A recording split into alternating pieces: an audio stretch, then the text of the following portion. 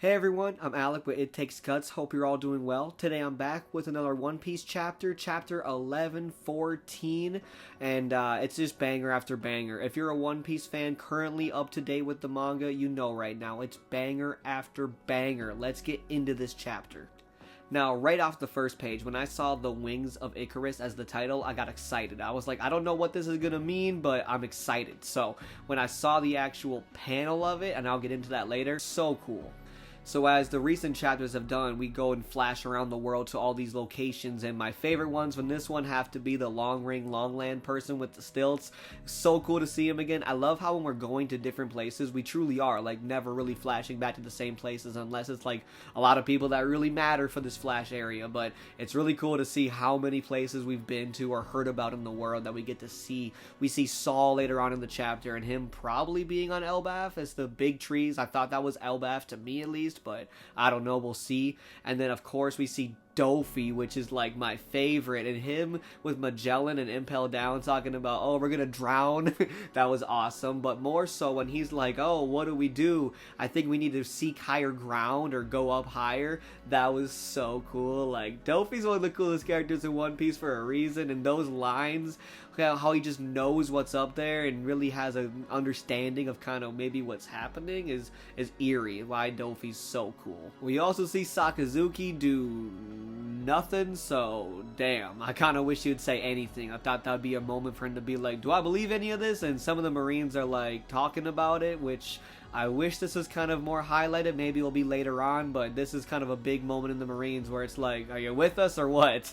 Vega Punk's message then continues talking about the sea level rising and the earthquake, and all the people are now kind of like, oh, this guy knows what's happening. He's tapped in. But to me, I'm thinking like, Vegapunk, did you know about the Mother Flame? Which of course you do, you built it. But like, do you know about the islands being blown up? Like, could you have prevented Lelucia? Did you know about Lelucia? Could you have told anyone? Like, I don't know. Vegapunk, to me, that has some explaining to do, but regardless, like, that whole talking about section got the elders all stirred up, and that's what made Saturn bust into the room with the Mother Flame. And I have to say, that panel with the Mother Flame, Vegapunk talking about how he flew too close to the sun, and that's the panel that it's on.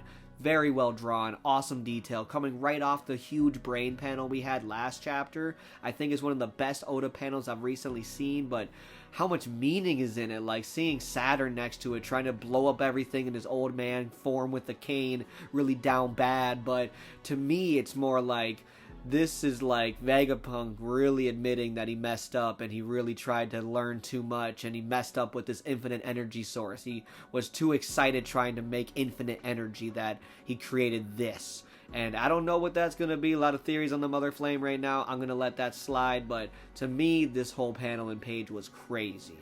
Vegapunk continues speaking on the O'Hara incident, talking about the scholars and how he wants to continue their research. We get to see the cut over to Robin, and I love how she's kind of like, yep, I heard.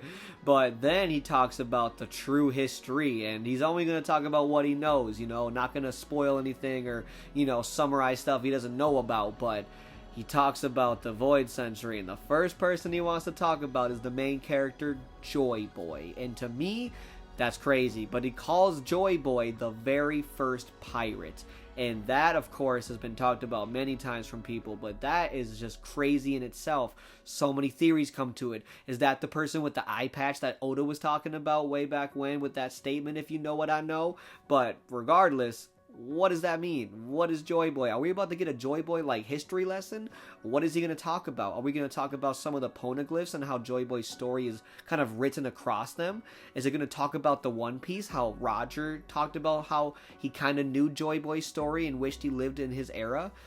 I think this could go anywhere. This is why One Piece is so exciting right now. Where do we go? I don't know. I'm excited. I think this is probably the most exciting next chapter we've been waiting for. 11:15 might be some of the best One Piece that anyone's gonna read for a while. If we get this message, maybe the Celestial Dragons and the Elders stop this message somehow. But I think Emu and the rest of these people are about to get some history told, and I'm really excited. Well, those are my thoughts on One Piece chapter 11-14. Next chapter is going to be crazy. I know we're on a 2-week break, but man, these 2 weeks are going to be full of the most crazy theories. I know my head's swirling on what this Mother Flame and what the Joy Boy pirate theory is. Oh my gosh. Let's go and talk about it in the comments down below. If you got any theories, I'd love to hear them and love to see what you got thinking on. Other than that, thank you for watching. Hope you had a good time.